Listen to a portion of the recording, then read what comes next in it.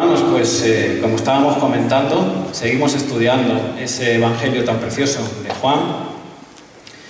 En estos días de atrás hemos estado viendo cómo el Señor comenzó su ministerio aquí en la tierra, cómo el Señor fue declarado el Cordero de Dios por Juan el Bautista. Hemos visto también cómo el propio Dios Padre confirmaba a nuestro Señor el día de su bautizo, abriendo los cielos y haciendo que el Espíritu Santo descendiera sobre él a la vista de todos para que se cumpliera la Escritura, la palabra. Y hemos visto también cómo los primeros discípulos fueron llamados por el Señor y cómo le siguieron. El Señor tenía mucho que enseñar a esos discípulos, tenía mucho que mostrarles, pues aunque ellos no lo sabían en aquel momento, pero tenían la misión de impactar en el mundo. Así que después de estos acontecimientos queda ver cuál era el siguiente paso del Señor. Seguro llamar más discípulos, hacer algún milagro tremendo ahí en Jerusalén para poner a las gentes de su parte, a los judíos, al poder de aquella época. ¿Cuál sería el siguiente paso del Señor? Y lo encontramos en el libro de Juan, en el capítulo 2, en los versículos del 1 al 11. Les invito por favor a leer la palabra. Vamos a buscar la Biblia, a compartir con los hermanos que no la tengan. Juan 2, del 1 al 11.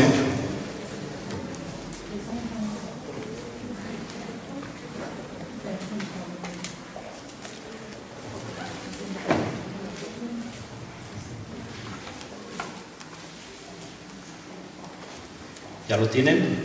Juan 2, del 1 al 11.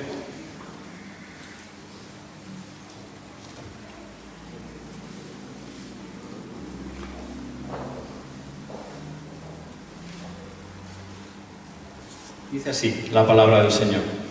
Al tercer día se hicieron unas bodas en Caná de Galilea, y estaba allí la madre de Jesús. Y fueron también invitados a las bodas Jesús y sus discípulos. Y faltando el vino, la madre de Jesús le dijo: «No tienen vino». Jesús le dijo: «¿Qué tienes conmigo, mujer? Aún no ha venido mi hora». Su madre dijo a los que servían: «Haced todo lo que él os dijere».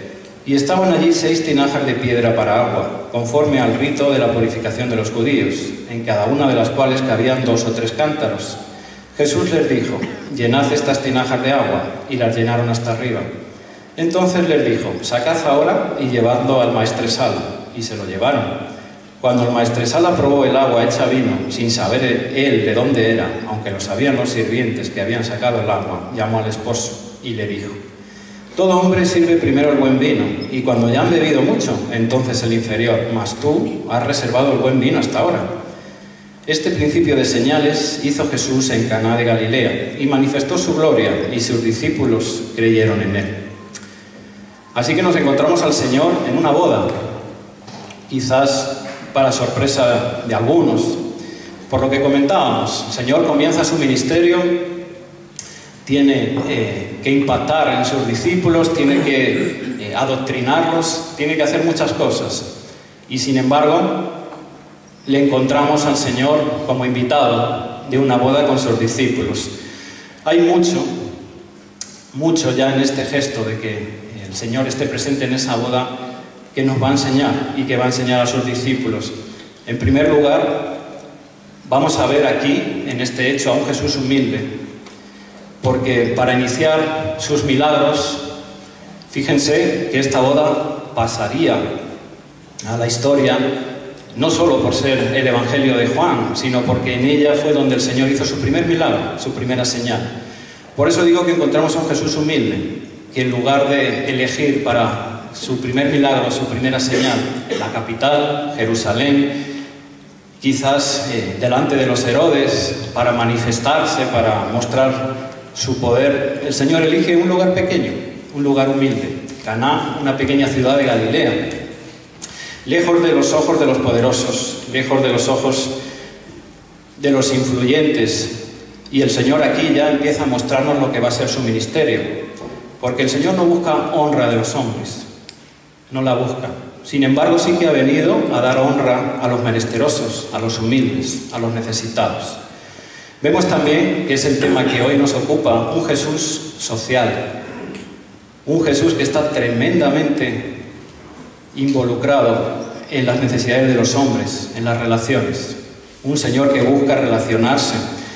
Vimos hace poco, en otra prédica, que el Señor busca de nosotros una relación personal, de cada uno de nosotros. Hubo un tiempo incluso en que los fariseos le tentaron, le tendieron una trampa con el Antiguo Testamento. Y ustedes recuerdan, le preguntaron, ¿y cuál es el mandamiento más importante?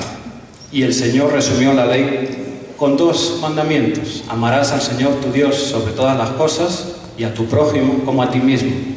Este es nuestro Dios, un Dios interesado en las relaciones. Primero, una relación personal con Él. Amarás al Señor tu Dios sobre todas las cosas. Una relación, permítanme usar ese ejemplo, vertical, de cada uno de nosotros con Él. Pero inmediatamente después, y a tu prójimo como a ti mismo. Una relación de hermanos, horizontal, entre nosotros. Y es lo que el Señor está mostrando aquí también con su presencia en esta boda. El Señor va a mostrar que, al contrario que el ministerio de Juan el Bautista, ustedes recuerdan que Juan el Bautista se apartó, se fue a vivir al desierto, donde comía incluso langostas, donde no se relacionaba con las personas, aunque sí que cumplió su misión de preparar el camino, el terreno al Señor. Muy al contrario, como decimos que Juan el Bautista, el Señor desde el principio, su ministerio va a ser el de relacionarse con todos nosotros, con las personas y sus necesidades. Porque nuestro Dios es así, Él nos ama y desea formar parte de todas las áreas de nuestra vida. Grandes o pequeñas, de todas las áreas, Él quiere constituirse parte nuestra. Jesús también, con su presencia aquí, va a bendecir la institución del matrimonio. La va a bendecir como la máxima expresión de nuestras relaciones horizontales. La va a bendecir, la va a resaltar y la va a dar la importancia de vida. Y no solamente, como decíamos, con su presencia allí, sino con la realización de su primer milagro allá, en esa boda. Más adelante, incluso, en su ministerio, utilizará este eufemismo para referirse a las bodas de Él con su iglesia. Y vemos también un Jesús que es maestro, no para de enseñar a sus discípulos en ningún momento, y que también es compañero de sus discípulos en todo tiempo, como lo es de todos nosotros. Podemos leer en Juan 12:26, si alguno me sirve, sígame, y donde yo estuviere, allí también estará mi servidor. Si alguno me sirviere, mi Padre le honrará. Los que siguen a Cristo se sentarán con Él a la mesa y serán honrados por el Padre. Porque el amor de Cristo es atestiguado por el amor que muestra a todos los suyos.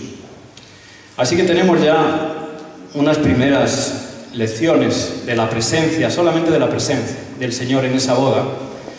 Pero claro, como hemos leído y todos sabemos, en esa boda hay un problema, hay una necesidad. Saben, para los que llevan aquí más tiempo congregándose con nosotros en la iglesia, ya saben que mi esposa y yo servimos en el ministerio de matrimonios ya desde hace más de 5 años y venimos celebrando una cena romántica, la llamamos, allá en el mes de febrero, que es la cena que más o menos tratamos de que coincida con el Día de los Enamorados. Para nosotros es una bendición de cena, pero para todo el equipo que trabaja, la verdad es que es un estrés también tremendo. Hay mucho que preparar, mucho que orar y estamos siempre orando y pidiéndole al Señor que se llene la iglesia. La celebramos aquí, para los que han venido y lo saben, para los que no, ya les informo. Y llenamos todo esto de mesas y oramos siempre, como digo, para que vengan los invitados. Año tras año, el mismo día de la cena, yo suelo colocarme allá en la puerta, fuera. Hace frío, pero aún así, por mis nervios también prefiero estar fuera para recibir a los invitados. Y cuando veo que ya es la hora de la cena y veo que quedan mesas libres, me pongo a orarle al Señor fuerte y a pedirle, Señor, que vengan más personas, sobre todo personas nuevas, trae a personas necesitadas que te encuentren aquí. Eso es año tras año. Sin embargo, el año pasado, gloria a Dios, sucedió algo muy diferente, porque el año pasado, contra todas nuestras previsiones, el Señor llenó todo este recinto hasta tal punto que ya no cabía nadie. yo me tuve que salir afuera, en medio de los nervios también, porque venían los hermanos a decirme al oído: Vicente, ya no hay más mesas, ya no cabe nadie, ya no hay más sitio. Pero no dejaban de venir los invitados.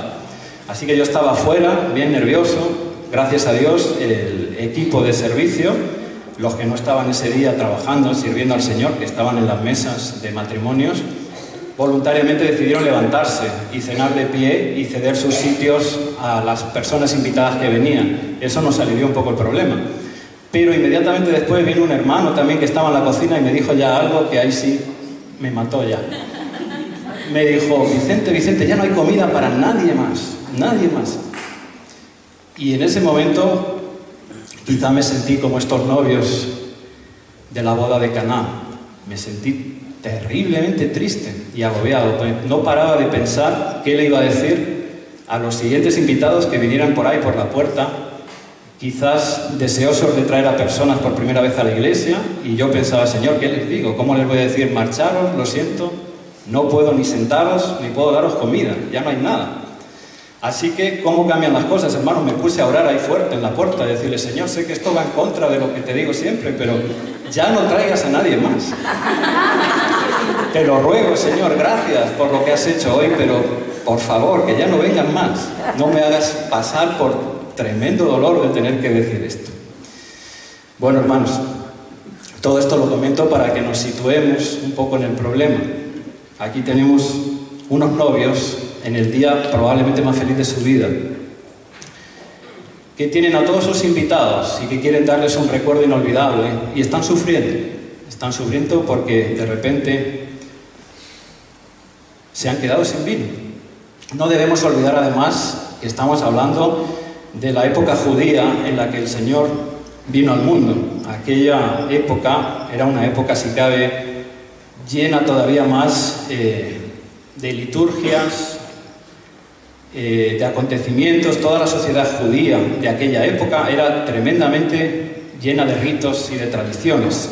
Caná, además de todo, era una ciudad muy pequeña, con lo cual uno se puede imaginar que aquellos novios iban a quedar señalados de por vida, y seguramente hasta sus hijos de repente iban a ser recordados: mira, por allá va el hijo de tal, que fue el que se quedó sin vino en la ceremonia y tuvo que despedir a sus invitados.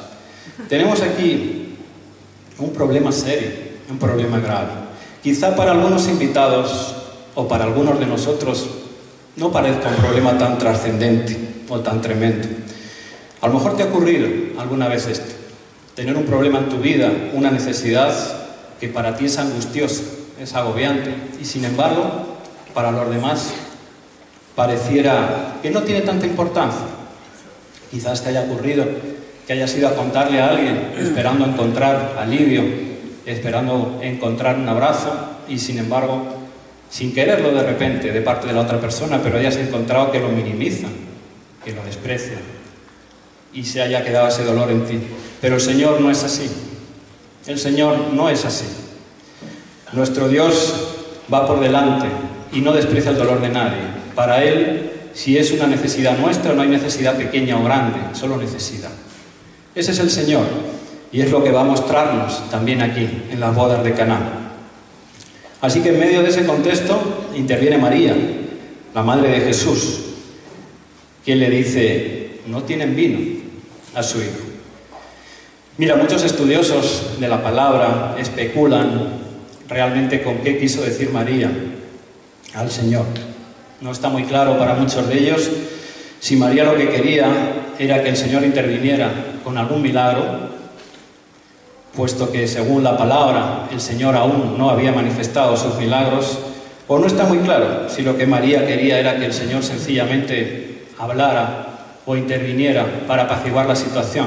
Porque uno se puede imaginar, hermano, a esos novios bien nerviosos y a los padres también, de un lado para otro en el salón. Lo que sí que tenemos bien claro, hermanos, es que pocas personas allí, como María, en aquel momento, puesto que el Señor aún no se había mostrado en su poder, sabían que Jesús no era un hombre convencional, no era un hombre normal.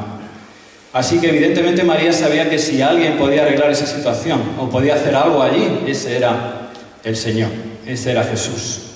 Hermoso, Corazón el de María también, que muestra aquí, preocupándose por las necesidades de los otros.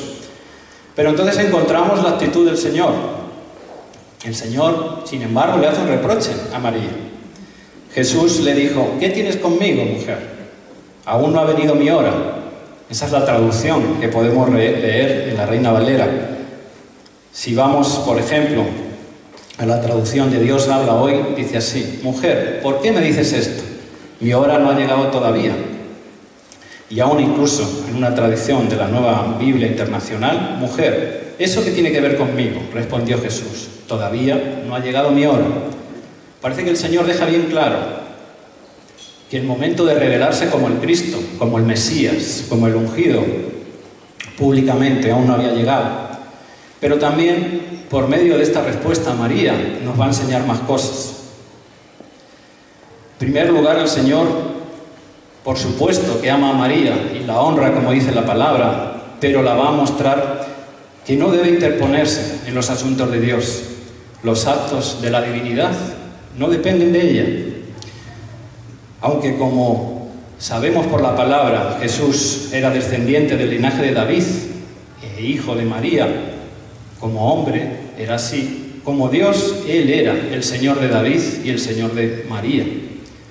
También nos va a enseñar a los discípulos allí presentes y a todos nosotros su orden de prioridades en las relaciones, para que nunca esperemos que Él pueda tener trato de favor en sus milagros para con sus familiares, porque para el Señor, como Hijo de Dios, para Él somos todos iguales, todos iguales. Y quizás también, por último, nos va a mostrar aquí un dogma de fe, porque es el Hijo de Dios, según la palabra, el que ha sido nombrado como abogado nuestro frente al Padre, pero en ningún momento es María la que ha sido nombrada como abogada nuestra frente al Hijo. Sin embargo, hermanos, a pesar de todo esto, el Señor, movido a misericordia, va a actuar. Una vez más va a mostrar su amor e implicación en las necesidades y problemas de los hombres. Dice el versículo 11 que hemos leído: este principio de señales hizo Jesús en Caná de Galilea y manifestó su gloria, y sus discípulos creyeron en él. Jesús también actúa porque sabía que necesitaba confirmar y aumentar la fe de sus discípulos allí presentes. También actúa para enseñarnos a todos que en medio de la adversidad es ahí donde Él más puede avivar nuestra fe y puede trabajar más en nosotros, porque escrito está que su poder se perfecciona en nuestra debilidad. Y tenemos la respuesta de María, qué ejemplo, hermanos, tan encomiable y tan maravilloso para nosotros, porque María es bien sumisa al reproche de Jesús, lo acepta con amor y con entereza. Y además de aceptar su reproche, mantiene la esperanza, no obstante, en la misericordia de Cristo. Romanos 4:18 nos habla de que debemos creer esperanza contra esperanza. María es fiel a esa manera de comportarse y, a pesar de la respuesta del Señor, cree en Él. Y una vez que el Señor interviene, dirige a los sirvientes con esa fe. Leemos en el versículo 5: su madre dijo a los que servían: haced todo lo que Él os dijere. Y esto es hermoso también, porque es María quien ha pedido, y ante la respuesta, María le cede todo el control de la situación al Señor. Todo el control. Haced lo que Él os dijere. Y ella pasa a segundo término. Y aquí hay una pregunta también para nosotros. ¿Hubiéramos reaccionado nosotros igual que María? Cuando le estamos pidiendo al Señor por alguna necesidad, algo que necesitamos, y el Señor responde con silencio, o incluso con un no, ¿aceptamos con la misma sumisión que María su respuesta? ¿O más bien nos rebelamos y hasta nos enfadamos con Él? Una vez que el Señor nos contesta, ¿somos capaces también, como María, de cederle el control de la situación? ¿De apartarnos para que Él haga las cosas a su manera? ¿O más bien somos rebeldes y queremos que el Señor nos responda, que el Señor convierta nuestra agua en vino, pero no a su forma, sino a la mía, de la forma que yo quiero, de la forma que yo necesito? María, sin embargo, no es así.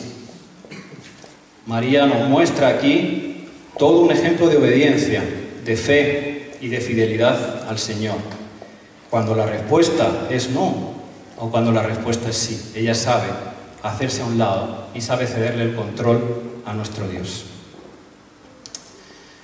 Y por fin vemos el milagro, porque el Señor se muestra aquí como el Cristo, Señor de la naturaleza, como el único capaz de transformar una materia en otra. Porque ese agua insípida e incolora, sin aroma, se va a convertir en un vino, y no cualquier vino, dice la palabra que en el mejor vino, lleno de color, lleno de sabor y lleno de propiedades. Y si tú se lo pides, el Señor puede hacerlo también, en tu vida y en la mía. El Señor tiene poder para transformarnos, para cambiar nuestra realidad. Puede que ahora quizás estemos pasando por algún problema y parezca que nuestra vida es esa agua, insípida, sin color, sin aroma, triste. Sin embargo, el Señor tiene el mismo poder para convertir nuestra vida, nuestra necesidad, en ese vino que lleva la vida, que llevó la vida en esta boda, que llevó la alegría. Así que tenemos aquí el comienzo de los milagros de Jesús. Aquí también hay toda una lección, porque no sé si ustedes recuerdan cuál fue el primer milagro que Moisés hizo, comisionado por nuestro Dios. Ese primer milagro de Moisés fue convertir el agua en sangre. ¿Se acuerdan del río Nilo? Fíjense qué diferente. El comienzo de los milagros del Señor va a ser convertir el agua en vino. Aquí hay todo un mensaje también. Nos da a entender la diferencia entre la ley mosaica, la ley de Moisés, y el Evangelio de Cristo. Porque donde la ley maldecía y llevaba muerte y condena, donde no había obediencia, el Señor, sin embargo, a través del Evangelio va a llevar vida, y vida en abundancia, a los necesitados, aún cuando estos no lo merezcan. Más adelante el Señor también vendría a decir que Él es la vid verdadera, ya lo estudiaremos en este Evangelio también. Vendría a decir que separados de Él, nada podemos hacer. Qué tremendo esto, hermanos.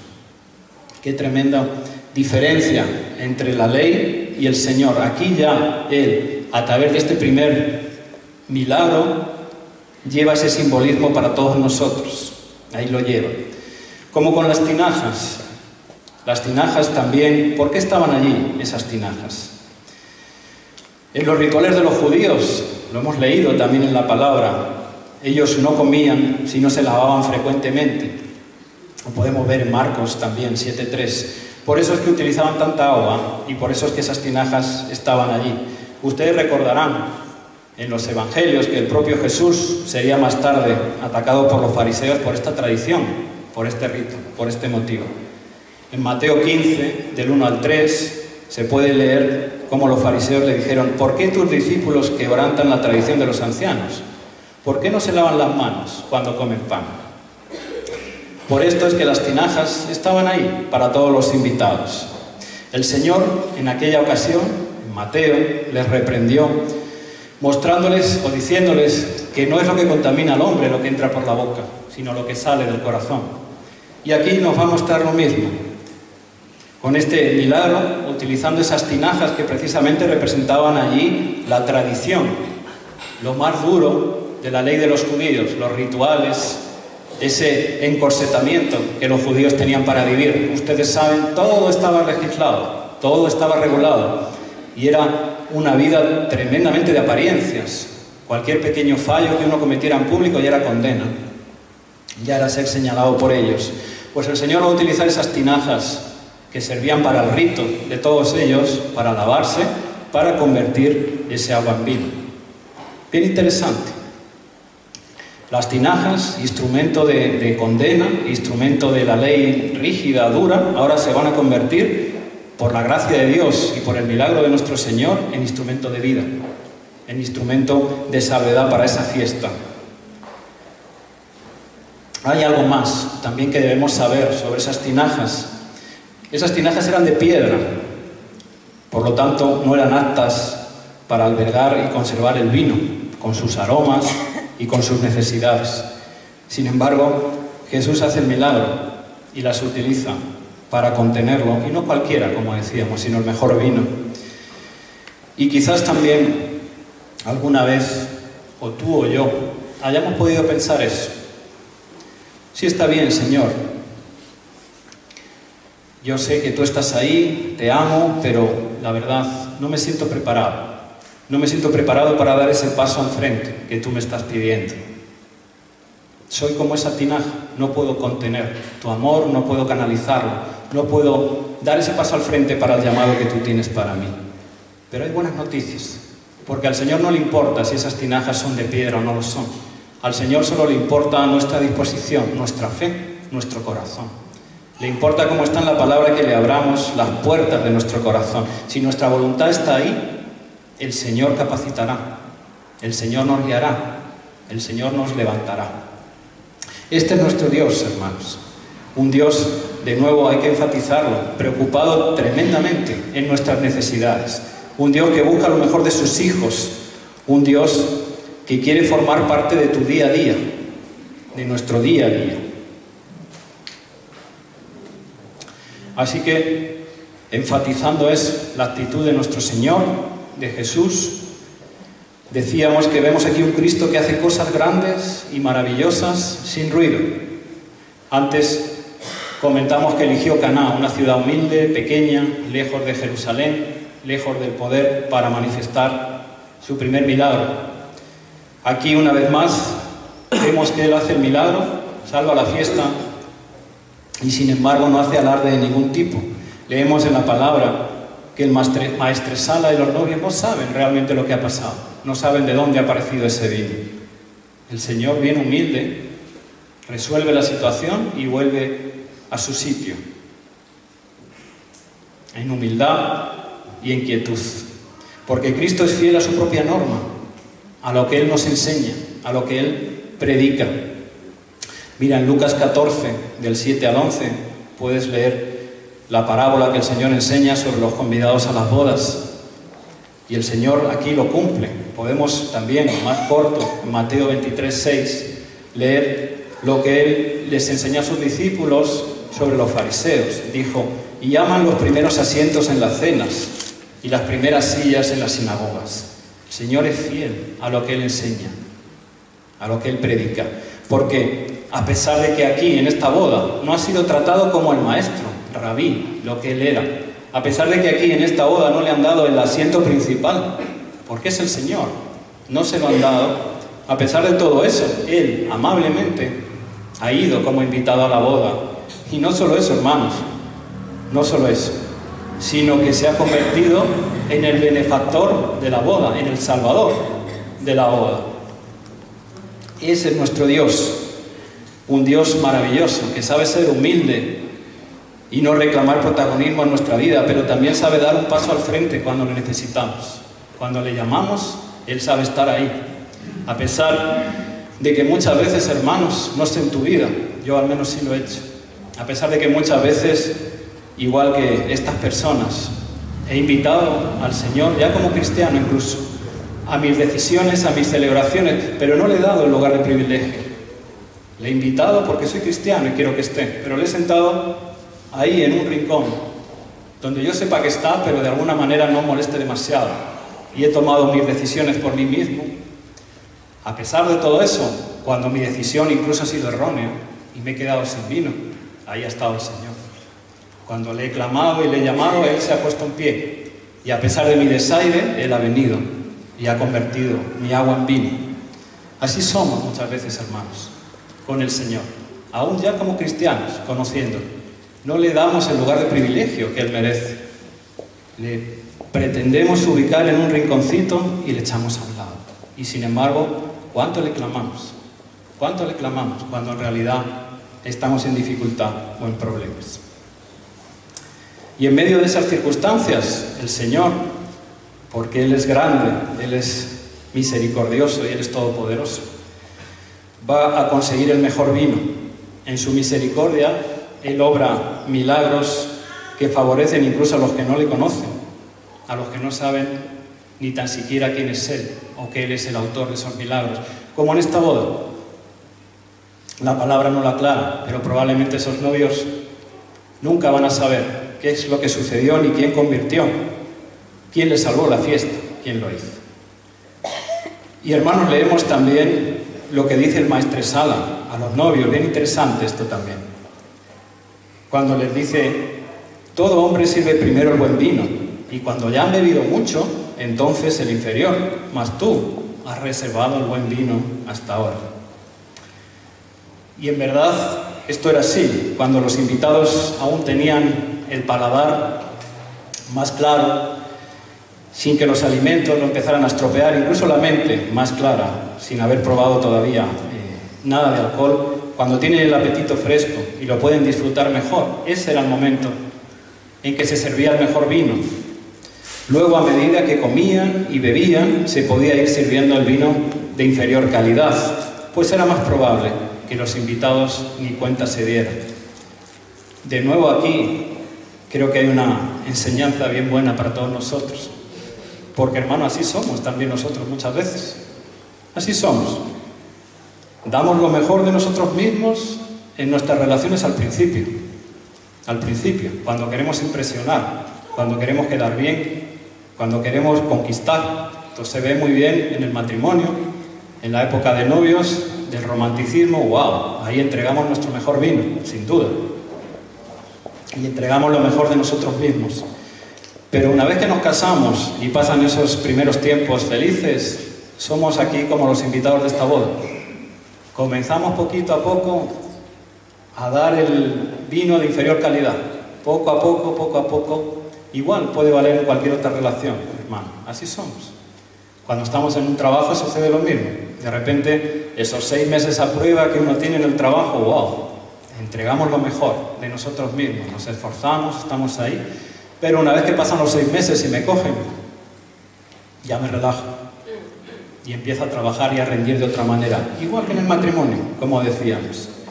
Vamos suministrando ya vino de peor calidad, de peor calidad, de peor calidad, e incluso puede llegar en nuestras relaciones, en nuestro mismo matrimonio, que tanto nos relajemos que llegue un momento que ya ni suministramos vino. Y nos pasa como en estas bodas.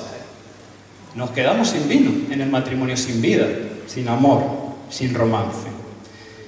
Y es ahí, una vez más, cuando Cristo tiene que intervenir. De repente ni le invité a mi matrimonio, pero Él está. Si le llamo el bien, y es una vez más ahí cuando Cristo tiene que intervenir y convertir ese agua que ha quedado ya en mi matrimonio en vino, pero ojo, que dice la palabra que no es cualquier vino, en el mejor vino. El Señor nos está enseñando también aquí, por medio de este milagro, que las relaciones son prioritarias para Él, como decíamos antes, que no debemos relajarnos, que no debemos ser así y pretender dar lo mejor de nosotros en nuestras fuerzas al principio, cansarnos y luego abandonar la relación. El Señor nos está mostrando que debemos ser como Él. Él nos muestra un amor incondicional, permanente. El Señor nos está llamando a dar lo mejor de nosotros mismos cada día, hermano. Cada día. Porque ni tú ni yo sabemos cuál va a ser el último día. Y esto es lo importante. El Señor a ti también nos muestra eso. Hermano, no te guardes nada. En amor, en cuestiones de amor y en las relaciones con los tuyos, no te guardes nada. Da tu mejor vino desde el primer día, a cada minuto. Y ¿sabes qué? No tengas miedo de que ese mejor vino se vaya a agotar, porque el Señor es tu proveedor. Él es tu proveedor. Y mientras estemos asidos a Él, como la vid, como pámpanos a esa vid, siempre tendremos buen vino que entregar. Así que, hermanos, vemos una vez más, y con esto estoy concluyendo, en el Evangelio de Juan, un Jesús maravilloso.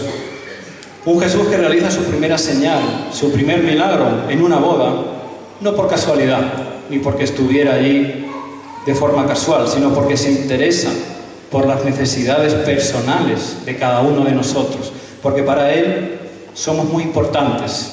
Él es un Dios social que quiere relacionarse contigo y conmigo. Vemos a un Dios, a un Señor que no es solamente el Señor de la creación, no es solamente el Dios de lo grande, el Dios creador del universo, el Dios creador del cielo, de las estrellas, de los mares, del agua. No, vemos también un Dios que se interesa en lo pequeño, por nuestras necesidades cotidianas.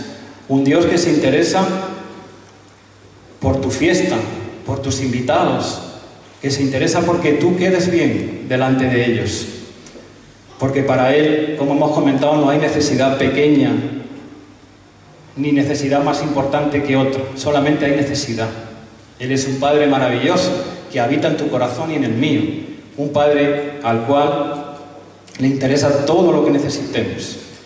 Nos ama y anhela con todas sus fuerzas y por eso anhela que le dejemos formar parte de todos los aspectos de nuestra vida, de todos, los grandes y pequeños, porque el mismo Dios que abrió las aguas para que cruzara Moisés y su pueblo es el mismo Dios capaz de devolverle ese juguete a tu hijo, quizá roto y ya antiguo, viejito, por el uso, pero que es un juguete que tu hijo ama y ha perdido y llora amargamente. Es el mismo Dios de las cosas grandes y de las pequeñas, porque para Él nosotros somos lo primero. Así que, hermano, si no le dejamos que se involucre en nuestras pequeñas cosas, en nuestras peticiones del día a día, en nuestras necesidades cotidianas, si no confiamos en Él, si no tenemos la fe necesaria para darle entrada a eso, yo te pregunto, ¿cómo vamos a poder tener fe para confiarle en nuestras grandes cosas, nuestras necesidades grandes? Por eso, el Señor anhela que le abras las puertas de tu corazón de par en par y de tu vida. El Señor anhela que cuando te levantes en la mañana le pidas que te conceda, ¿por qué no?, un asiento en el tren o un asiento en el autobús. Anhela eso, igual que anhela que le estés pidiendo que te restaure tu matrimonio, que te lo levante. El Señor tiene poder para ambas cosas, para todo ello. Mira, hermano, la fe podría venir a ser como una escalera que lleva al cielo.